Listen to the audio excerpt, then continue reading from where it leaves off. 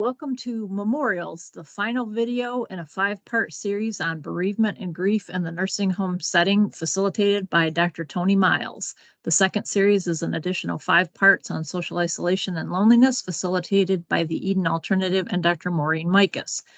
These learning sessions have been created for the WellbeingTREE, or Teaching Resilience to Empower Elders Learning and Action Network, brought to you by Altarum with grant funding from the Michigan Health Endowment Fund.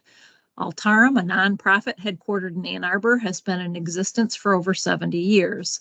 We help federal and state health agencies and foundations improve health equity and outcomes through better systems of care. From lower income children to nursing home eligible older adults, our mission is to help those whose health is negatively impacted by social determinants. We are excited to bring you this collaborative learning platform offering Michigan nursing home leadership, staff, residents, and their families tailored learning to better understand and implement evidence-based strategies to improve social isolation, loneliness, bereavement, and grief that is experienced in nursing home communities. We hope that this is the first of many such educational sessions we're able to provide the residents and staff of Michigan homes. This Learning and Action Network, or LAN, is made up of 10 parts. These first 5 sessions were designed to help attendees to better recognize and understand bereavement and grief in coworkers and residents, better manage their individual experiences with bereavement and grief, as well as improve their ability to help others cope with the same. So why grief and bereavement and social isolation and loneliness as topics for education? Nationwide in 2019, 17% of nursing home residents died. Bereavement in nursing homes is not a new issue with the pandemic, nor will it go away as the pandemic subsides. In 2020, deaths went up to 22%. A combination of COVID-19 and deaths of despair drove this increase. Isolation leading to loneliness, depression, failure to thrive. This is especially common among those experiencing substantial loss and is linked to an increased risk of anxiety and depression. Older adults and those with cognitive impairment are more likely to experience complicated grief. The coronavirus has taken the lives of at least 162,589 residents and 2,913 nursing home staff as of January 1st, 2023, according to CMS. This is why we wanted to provide support by teaching specific strategies to better manage bereavement. And today's collaborator, Dr. Miles' ongoing work on unaddressed loss, grief, and lack of bereavement care that's needed to process morbidity and mortality associated with COVID made her the logical and passionate partner we needed for this topic. In addition to being a national expert on grief and bereavement in the nursing home setting, Dr. Miles is an epidemiologist, researcher, emerita professor, and current Hope Eminent Scholar at the Rosalind Carter Institute for Caregivers. She's been focusing on population health effects of the deaths of friends and family members for over 9 years. Her best practices in bereavement care and long-term care is the guide that has informed this 5-video series and will be made available with the videos. Welcome, Dr. Miles, and thank you for speaking with us today. And I want to thank all of you who stuck with us through all of this. This is not an easy topic. It's so important, though, I think, for all of our sanities to take this time and reflect on what we do. And as I said earlier, this is as important as the health care we deliver. I mean, I'm a physician. I went to medical school. I'm used to doing procedures and prescribing drugs and all that other stuff. It is only as I have matured that I appreciate all of it and how we interact with one another as human beings. At this moment, for those of you who will be watching this slide in the future, our government is about to declare the COVID emergency done. And the early stage infectious pandemic-y part of it is done, but we still are dealing with the injury to human emotions and beings. It's going to take us a while as a society. This is my little rant in the middle of this. Thank you for this. I also want to thank the folks at Altarum for giving me this opportunity to do this, spread the word, and understand it's bereavement and grief that lead to social isolation and loneliness. So we're giving you, if you see this happening to someone, you'll be set to take in the next section.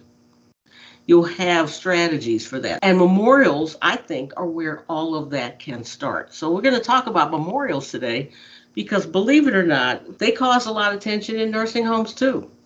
Unfortunately. Here's our objectives. Memorials honor not only the resident who's passed, but the staff who are putting it all on the line, who are giving their hearts as well as their care to people around them. We're going to ask some really simple questions that you can, what is a memorial and how do you tailor it to fit your needs? What about families and memorials?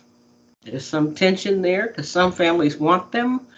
Others want it just all to go away. As staff, you're going to have to talk to them about this, listen to what they say, ultimately respect their concerns, but help them understand that maybe you want something they don't, that they don't have to attend. And then there are pluses and minuses of having regular memorials, because the pluses you'll get, and the minuses are, some people view them as a repetitive kind of injury. You tread lightly on this, but you tread there nonetheless. So what is it, a memorial, and how to tailor it to fit your needs? This past year, we did a memorial service for everybody that had passed away during that year.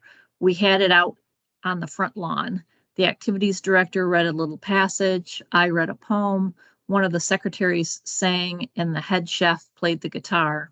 At the end, we released a butterfly for every resident that had passed away. So it was really, really sweet, and it seemed very appreciated. That was from the administrator of the nursing home. Here's another view.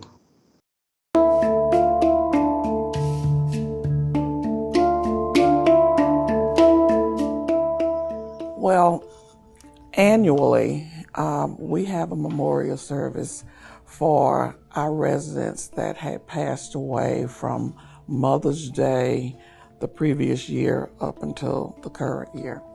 And what we do is we send invitations to those families, inviting them to the ceremony. We create a video with pictures of the residents from maybe when they were young and as they progressed up until how they appeared to us before they passed away. And we have a candle lighting ceremony. We do a roll call. And those family members, when we call their loved one's name, they come up and they light a candle in memory of their loved ones. And at the end of the ceremony, because each votive candle that we have has that loved one's name on it, they get to keep that candle. And at the very end, we go out and we release balloons in memory. And of course, we have speakers and we sing, and it's just a heart-touching ceremony. And by the time it's over, everybody's in tears.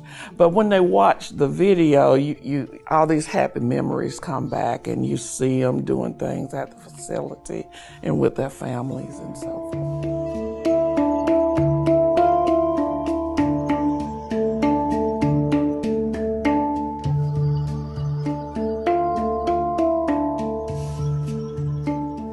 And she had a brain tumor and was dying and knew it and accepted it. She was as graceful as anybody I ever met in death.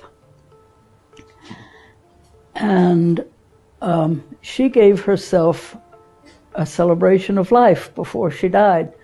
And the Grand Ballroom, which is our big meeting place, was full of people who came to her celebration of life. She had her son play the piano, and I was just totally impressed with her grace in dying.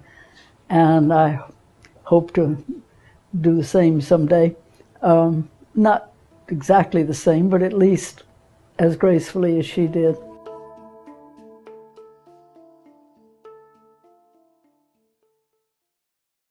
So you got all these people speak to the positives of as part of the caring for others. And here are the best practices from people who are experienced, who worked in these environments a lot. They really feel like regular memorials are helpful. I've talked to a number of people who, as part of our interview process, who said, "Well, we used to do that and we stopped." And I know people get tired, especially when you're going through lots and lots of deaths in a short expanse of time. But some event that recognizes the shared experience is worth doing. And doing it on a regular basis and setting aside a time and a place to remember will give everyone a chance to provide care if that is what makes them feel good. Some of us thrive on caring for others. That's who we are, that's how it works. And others at that time really need it. So those two entities can interact with one another. So memorials are the pathway, and sometimes more than once a year. Or having one building that we were in had a tree that was made out of coppery type wire. And when someone would die in the building, they put a leaf on the tree. So that the person who died would immediately gain some kind of immortality. And the residents there seemed to like that. That seemed to give them a lot of solace. So that, you can be as creative as you like with this, because this is one of those things that people seem to want and need. Objective 2, families and memorials. Some want them, some don't. You heard one of the last speakers say we invite the families. Some of them don't come, but here we go. I'll let you hear this.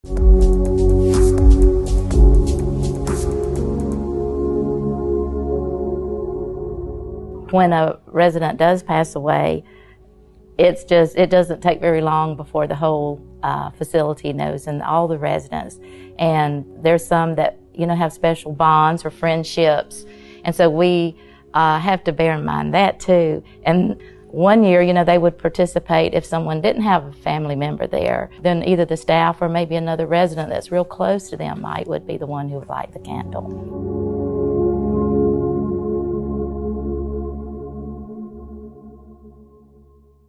Like I said, there's no secrets in these buildings.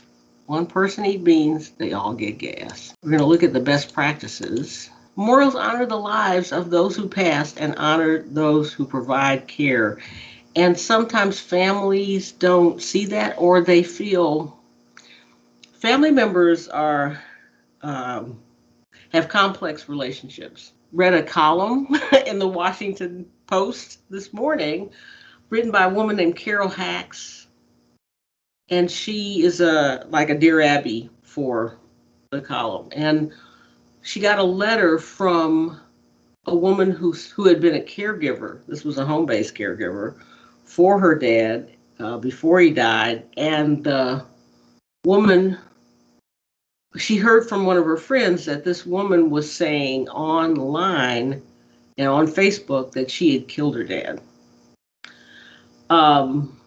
And she was puzzled. This is the sister-in-law. In the analysis, I've talked to other people today, and the writer of the column basically pointed out that the woman who was making these accusations on Facebook had guilt about not being able to be present.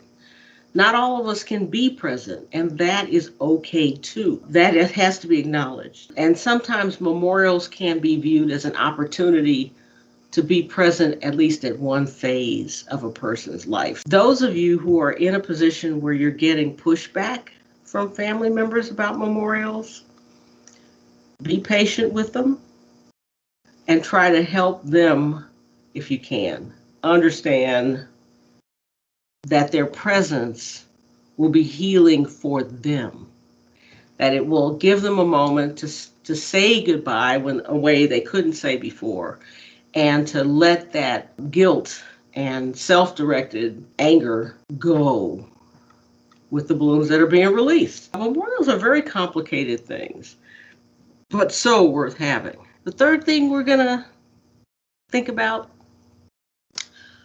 there are pluses and minuses, fatigue in the long-term care setting, because on average, before the pandemic, there was at least one death every month in a building nationwide. And so having these memorials on a regular basis can be seen as being oppressive to the people who have to, organize them and do all this stuff.